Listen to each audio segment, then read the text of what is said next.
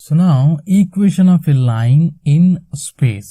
So already ನಾವು ಈ concept ನ ಅಂದ್ರೆ ಈಕ್ವೇಶನ್ ಆಫ್ ಎ ಲೈನ್ಸ್ ನ ನಮ್ಮ ಪ್ರೀವಿಯಸ್ ಕ್ಲಾಸಸ್ ಅಲ್ಲಿ 2 ಡೈಮೆನ್ಷನ್ಸ್ ಅಲ್ಲಿ ನಾವು ಇದನ್ನ ಕಲ್ತಿದ್ವಿ. ಎಲ್ಲಿಯಪ್ಪ ಅಂದ್ರೆ ನಮ್ಮ ಕ್ಲಾಸ್ 11 ಅಲ್ಲಿ ಇದನ್ನ ಆಲ್ರೆಡಿ ನಾವು ಇಲ್ಲಿ ಕಲ್ತಿದ್ವಿ.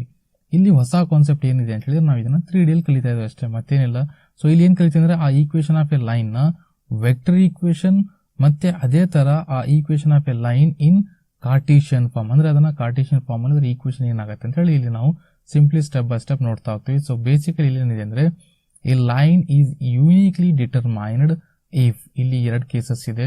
ಮೊದಲನೇದು ಏನಪ್ಪಾ ಅಂತ ಹೇಳಿದ್ರೆ it passes through a given point and has given direction, or ಇನ್ನೊಂದು ಕೇಸ್ ಬರುತ್ತೆ ಅಂದ್ರೆ ಇಲ್ಲಿ ಏನಾಗುತ್ತೆ ಅಂದ್ರೆ ಒಂದು ಲೈನ್ ಒಂದು ಪಾಯಿಂಟ್ ಇಂದ ಪಾಸ್ ಆಗ್ತಾ ಇರುತ್ತೆ ಮತ್ತೆ ಅದು ಒಂದು ವೆಕ್ಟರ್ ಏನಾಗ್ತಾ ಇರುತ್ತೆ ಈ ತರ ಪ್ಯಾರಲಲ್ ಇರುತ್ತೆ. ಸೊ ಇದು ನಮ್ಮ ಮೊದಲನೇ ಡೆರಿವೇಶನ್. ಲೈನ್ ಮೇಲೆ ಟೋಟಲ್ ಇಲ್ಲಿ 2 ಡೆರಿವೇಶನ್ ಇದೆ. ಎರಡನೇದು ಏನಪ್ಪಾ ಅಂದ್ರೆ it passes through 2 given points, ಅಂದ್ರೆ ಇವಾಗ ಏನಾಗುತ್ತೆ ಅಂದ್ರೆ ಈ ಲೈನ್ 2 ಪಾಯಿಂಟ್ ಇಂದ ಏನಾಗ್ತಾ ಇರುತ್ತೆ ಪಾಸ್ ಆಗ್ತಾ ಇರುತ್ತೆ ಈ ತರ.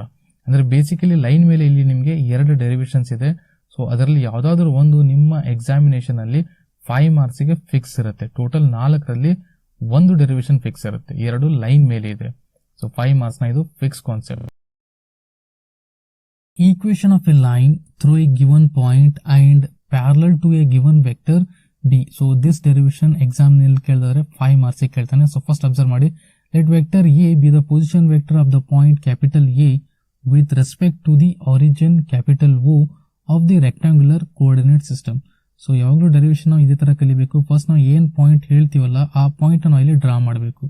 ಸೊ ಇಲ್ಲಿ ಡಯಾಗ್ರಾಮ್ ಕನ್ಸ್ಟ್ರಕ್ಷನ್ ಆಗ್ತಾ ಇದೆ. ಸೊ ಫಸ್ಟ್ ನಾವು ಏನ್ ಕನ್ಸಿಡರ್ ಮಾಡ್ತೀವಿ, ಒಂದು ರೆಕ್ಟಾಂಗ್ಯುಲರ್ ಕೋಆರ್ಡಿನೇಟ್ ಸಿಸ್ಟಮ್ ಅಂದ್ರೆ X Y and Z axis ನ ಕನ್ಸಿಡರ್ ಮಾಡ್ತೀವಿ. ಸೊ ಇದು ಎಕ್ಸ್ ಆಕ್ಸಿಸ್, ಇದು origin O and it is Y axis and Z axis. Okay, so first point ಇಲ್ಲಿ ಏನ್ ಹೇಳ್ತಾ ಇದೆ ಅಂತ ಹೇಳಿದ್ರೆ ಇಲ್ಲೊಂದು ಆರಿಜಿನ್ ಓ ನ ಕನ್ಸಿಡರ್ ಮಾಡಿದೀವಿ. ಇಲ್ಲಿ ಏನಾಗ್ತಾ ಇದೆ, ಒಂದು ಪಾಯಿಂಟ್ ಎ ಇದೆ. So with respect to origin O ಇದರ ಪೊಸಿಷನ್ ವೆಕ್ಟರ್ ಏನಾಗುತ್ತೆ, ಪೊಸಿಷನ್ ವೆಕ್ಟರ್ ಅಂದ್ರೆ ಈ ತರ ಇಲ್ಲಿ ಜಾಯಿನ್ ಮಾಡಿದಾಗ ಪೊಸಿಷನ್ ಹೇಳೋ ವೆಕ್ಟರ್. ಸೊ ಪೊಸಿಷನ್ ವೆಕ್ಟರ್ ಏನಿದೆ ಇದರದು small letter a. So vector a is the position vector of point A with respect to origin O. Okay, so next point nodana, let L be the line which passes through the point capital A and is parallel to a given vector B. Okay, so ಇಲ್ಲಿ observe ಮಾಡಿ, ಈ point A ನಾವೇನು consider ಮಾಡಿದೀವಿ ಆ point A ಇಂದ ಒಂದು line L ಈ ತರ ಪಾಸ್ ಆಗುತ್ತೆ. So this is line L.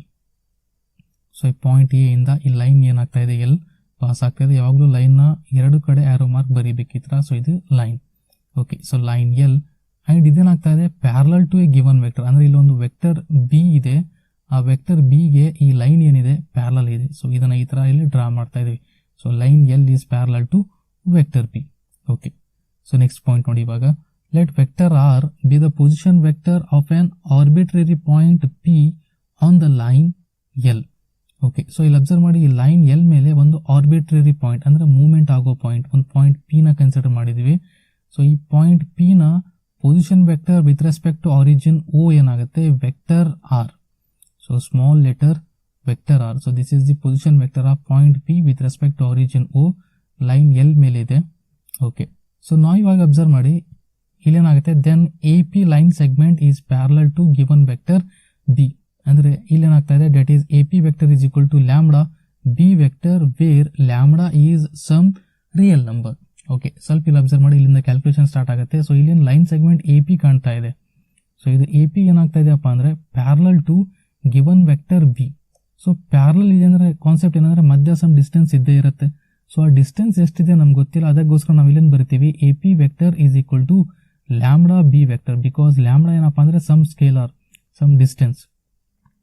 So ಇಲ್ಲಿಂದ ನಮ್ಮ ಕ್ಯಾಲ್ಕುಲೇಷನ್ ಸ್ಟಾರ್ಟ್ ಆಗುತ್ತೆ. ಸೊ ವಿ ನೋ ಡ್ಯಾಟ್ ಇಲ್ಲಿ ಏನ್ ಬರ್ದ್ವಿ, A P vector is equal to A P vector. So A P vector ನ ವ್ಯಾಲ್ಯೂ ಬೇಕು ನನಗೆ. A P vector is equal to ಏನಾಗುತ್ತೆ, O P minus O A. So O P value ಏನಿದೆ vector R and O A value ಏನಿದೆ vector A. So ಇದೇ concept ನಾನು ಇಲ್ಲಿ use ಮಾಡ್ತೀನಿ. So from diagram A P vector is equal to ಏನಾಗುತ್ತೆ, O P minus O A and O P value ಇಲ್ಲಿ ಏನಾಗುತ್ತೆ, already ನಾವು ಡಿಸ್ಕಸ್ ಮಾಡಿದೀವಿ. ಒ ಪಿ ವ್ಯಾಲ್ಯೂ ಏನಾಗುತ್ತೆ vector R. A P value ಏನಿದೆ ಲ್ಯಾಂಬ್ಡಾ ಬಿ ವೆಕ್ಟರ್, ಇದನ್ನ substitute ಮಾಡಿದ್ವಿ ಇಲ್ಲಿ. So this is equal to O P vector ಏನಾಗುತ್ತೆ vector R minus O A vector ಇಲ್ಲೇನಾಗುತ್ತೆ minus A vector. Okay, so ನಾವು ಇದನ್ನು substitute ಮಾಡಿದ್ವಿ, ಇಲ್ಲೇನಾಗುತ್ತೆ ಇದನ್ನು ಈ ಕಡೆ ಬರ್ತೀನಿ. R minus A vector is equal to lambda B vector. ನಾವು ಇಲ್ಲಿ ಅಬ್ಸರ್ವ್ ಮಾಡಿ ನನಗೆ ಇಲ್ಲಿ ವೆಕ್ಟರ್ ಆರ್ ಬೇಕು. ಸೊ ಇಲ್ಲೇನಾಗುತ್ತೆ vector R is equal to minus A ಈ ಕಡೆ ಶಿಫ್ಟ್ ಆದ್ರೆ ಏನಾಗುತ್ತೆ ಪ್ಲಸ್ ಎ. ಸೊ ಅಲ್ಲಿಗೆ ಇದನ್ನಾಯಿತು plus A vector lambda plus B vector. So this is the required equation of a line in vector form. So ಇದನ್ನು ನಾನು equation number 1 ಅಂತ ಹೇಳಿ ಕನ್ಸಿಡರ್ ಮಾಡ್ತೀನಿ.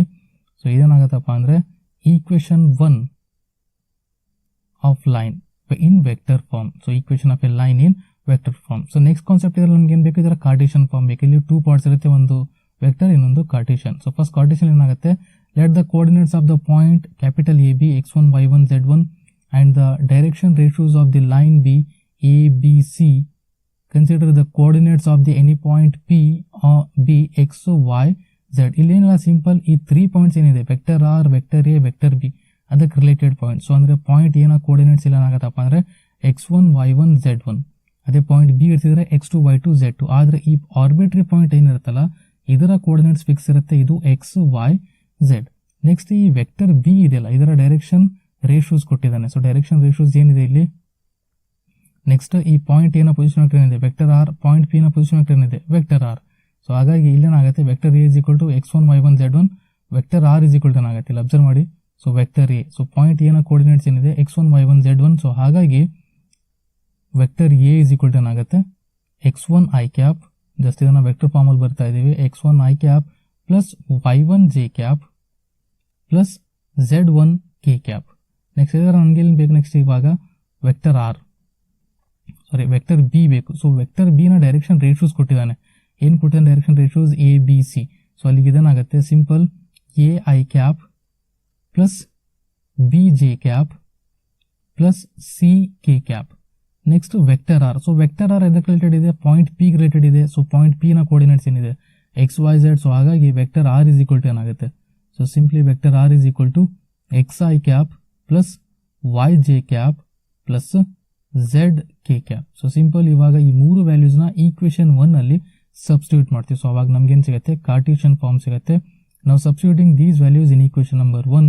So equation number 1 implies, equation 1 number ಏನ್ ಹೇಳುತ್ತೆ vector R. So vector R ಅಂದ್ರೆ ಆಗುತ್ತೆ X I cap plus Y J cap plus Z K cap. So this is equal to ಇಲ್ಲೇನಾಗುತ್ತೆ ಇವಾಗ vector A. So vector A place ಅಲ್ಲಿ ಏನಿದೆ x1 i cap plus y1 j cap plus z1 k cap. Next plus lambda as it is ಇರುತ್ತೆ plus lambda. Next ನಮ್ಗೆ ಇಲ್ಲಿ ಏನ್ ಬೇಕು vector B value. So vector B is equal ಇಲ್ಲಿ ಏನಿದೆ, so vector B A I cap B J cap C K cap. So ಇದು A I cap plus B J cap plus C K cap. So this is vector B. So ನಾವು ಇವಾಗ ಇದನ್ನು simplify ಮಾಡ್ತಾ ಹೋಗೋಣ. So this is equal to ಇದೇನಾಗುತ್ತೆ, ಇದು as it is ಇರುತ್ತೆ. Next ಇಲ್ಲಿ ಅಬ್ಸರ್ವ್ ಮಾಡಿ ಆರ್ ಎಚ್ ಎಸ್ ಅಲ್ಲಿ ಏನಿದೆ x1 i cap plus y1 j cap plus z1 k cap as it is ಇರುತ್ತೆ. ನೆಕ್ಸ್ಟ್ ಇದನ್ನ ಲ್ಯಾಂಬ್ಡಾ ಇಂದ ಮಲ್ಟಿಪ್ಲೈ ಮಾಡ್ತೀವಿ. ಸೊ ಮಲ್ಟಿಪ್ಲೈ ಮಾಡಿದಾಗ ಇದೇನಾಗುತ್ತೆ lambda A I cap next plus lambda B J cap next plus ಇಲ್ಲಿ ಏನಾಗುತ್ತೆ lambda C K cap. ನಾವು so L H S ಅಲ್ಲಿ ಟರ್ಮ್ಸ್ ಏನಿದೆ, so this is equal to ಇವಾಗ ಇಲ್ಲಿ ಏನ್ ಮಾಡ್ತೀವಿ, ಇದು ಎಲ್ ಎಚ್ ಎಸ್ ಅಲ್ಲಿ ಟರ್ಮ್ಸ್ ಆಸ್ ಇಟ್ ಈಸ್ ಅಂದ್ರೆ ಇಲ್ಲಿ ಏನಿದೆ X I cap Y J cap plus Z K cap as it is. So this is equal to ಇಲ್ಲಿ ಏನ್ ಮಾಡ್ತೀವಿ I cap and I cap ನ ಒಂದು ಗ್ರೂಪ್ ಮಾಡ್ತೀವಿ. ಸೊ ಇಲ್ಲಿ ಅಬ್ಸರ್ವ್ ಮಾಡಿ ಇದೇನಾಗುತ್ತೆ x1 plus lambda A. So I cap ಇಲ್ಲಿ ಕಾಮನ್ ತೆಗ್ದ್ವಿ. ನೆಕ್ಸ್ಟ್ ಪ್ಲಸ್ ಅದೇ ತರ ಇಲ್ಲಿ ಏನಾಗುತ್ತೆ y1 and lambda B. So ಅಂದ್ರೆ ಏನಾಗುತ್ತೆ y1 plus lambda B. So ಇಲ್ಲಿ ಜೆ ಕ್ಯಾಪ್ ನ ಕಾಮನ್ ತೆಗಿತಾ ಇದೀವಿ. ನೆಕ್ಸ್ಟ್ ಪ್ಲಸ್ ಅದೇ ತರ ಕೆ ಕ್ಯಾಪ್ ನ ಟರ್ಮ್ಸ್ ಇಲ್ಲಿ ಏನಿದೆ z1 plus lambda C. So ಇಲ್ಲಿ ಏನಾಗುತ್ತೆ z1 plus lambda C. So ಇಲ್ಲಿ ಕೆ ಕ್ಯಾಪ್ ನ ಕಾಮನ್ ತೆಗ್ದ್ವಿ. ನಾವು ಇಲ್ಲಿ ಬಹಳ ಇಂಪಾರ್ಟೆಂಟ್ ಕಾನ್ಸೆಪ್ಟ್ ಇದೆ.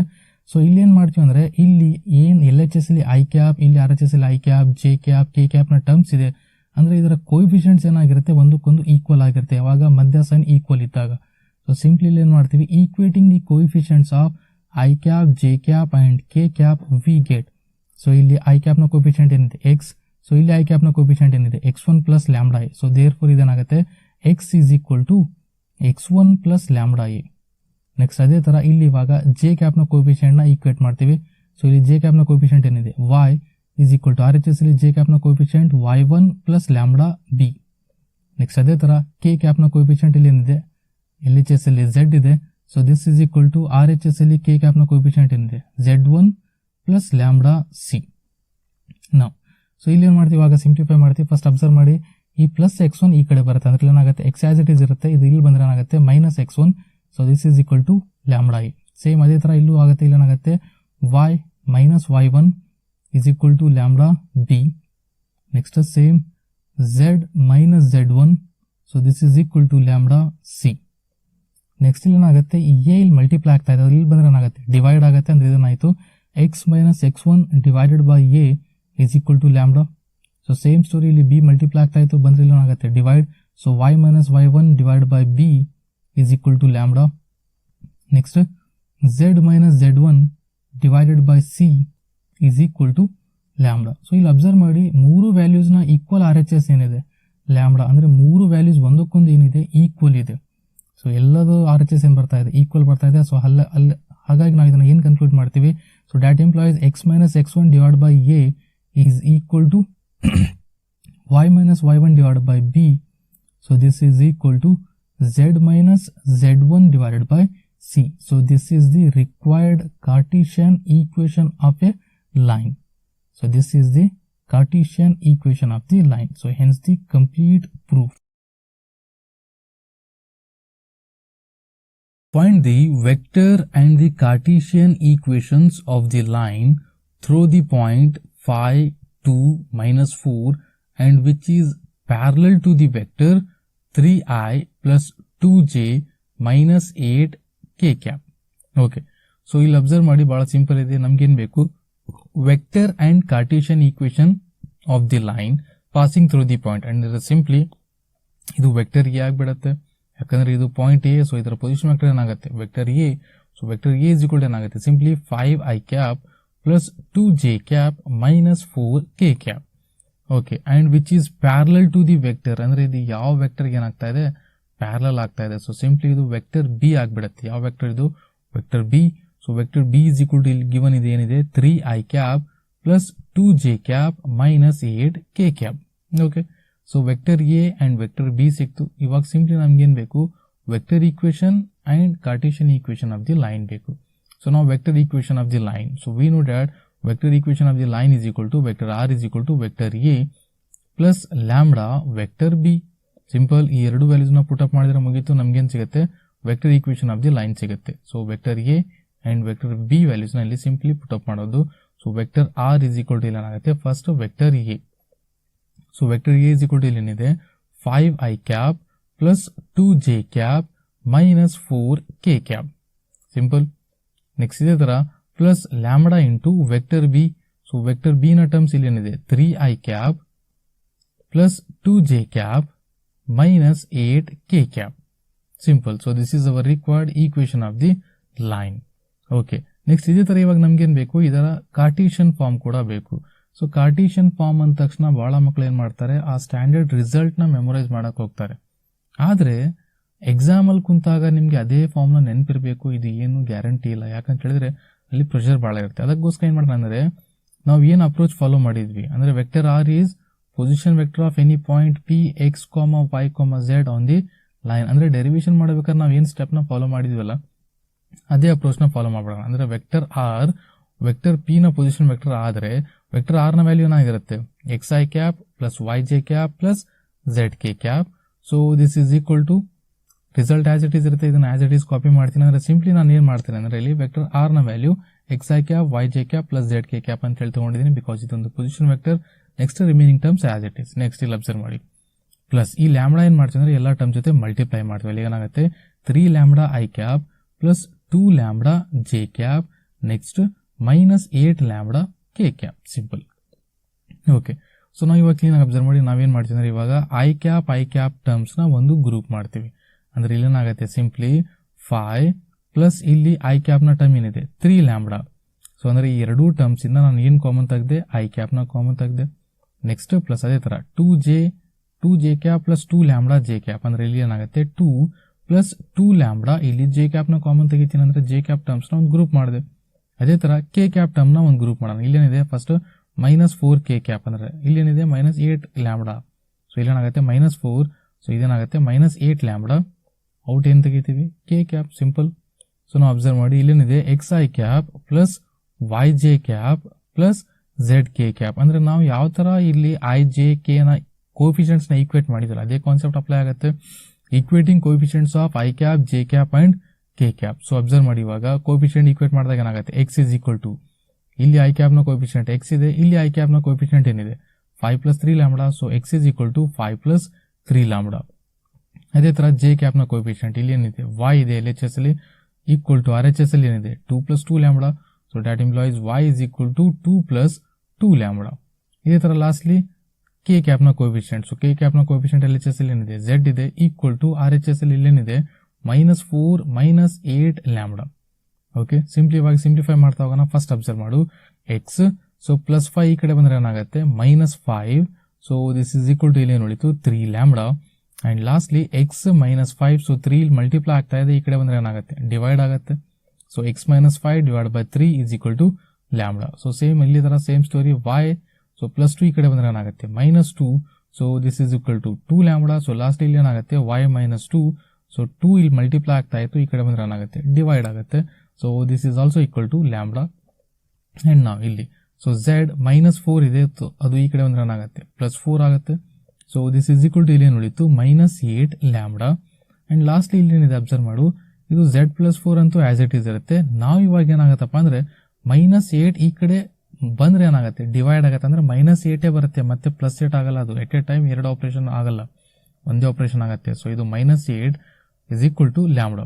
ಸೊ ಅಬ್ಸರ್ವ್ ಮಾಡಿ ಇವಾಗ 3 ವ್ಯಾಲ್ಯೂಸ್ ಈಕ್ವಲ್ ಟು ಏನಾಗ್ತಾ ಇದೆ ಲ್ಯಾಂಬ್ಡಾ ಅಂದ್ರೆ ಏನು ಅದರ ಅರ್ಥ 3 ವ್ಯಾಲ್ಯೂಸ್ ಏನಿದೆ ಒಂದಕ್ಕೊಂದು ಈಕ್ವಲ್ ಇದೆ. ಸೊ ಡ್ಯಾಟ್ ಇಂಪ್ಲಾಯ್ಸ್ ಇಲ್ಲಿ ಏನ್ ಬಂತು ಈಕ್ವೇಶನ್ ಇನ್ ಕಾರ್ಟಿಷಿಯನ್ ಫಾರ್ಮ್. ಅಂದ್ರೆ ಬೇಸಿಕಲಿ ನಾವು x - x1 ಅಂತ ಹೇಳಿ ಬರೀತಿದ್ವಲ್ಲ, ಆ ಫಾರ್ಮ್ನ ಮೆಮೊರೈಸ್ ಮಾಡೋಕ್ಕಿಂತ ಬೆಟರ್ ಈ ತರ ನಾವು ಸ್ವಲ್ಪ ಇಲ್ಲಿ ಸಿಂಪ್ಲಿಫಿಕೇಶನ್ ಮಾಡಿದ್ರೆ ನಮ್ಮ ಕಾನ್ಸೆಪ್ಟ್ ಈಸಿಯಾಗಿ ನಾವು ಡೈರೆಕ್ಟ್ ಆಗಿ ಅಕ್ಯುರೇಟ್ ಆಗಿ ಬರೀಬಹುದು.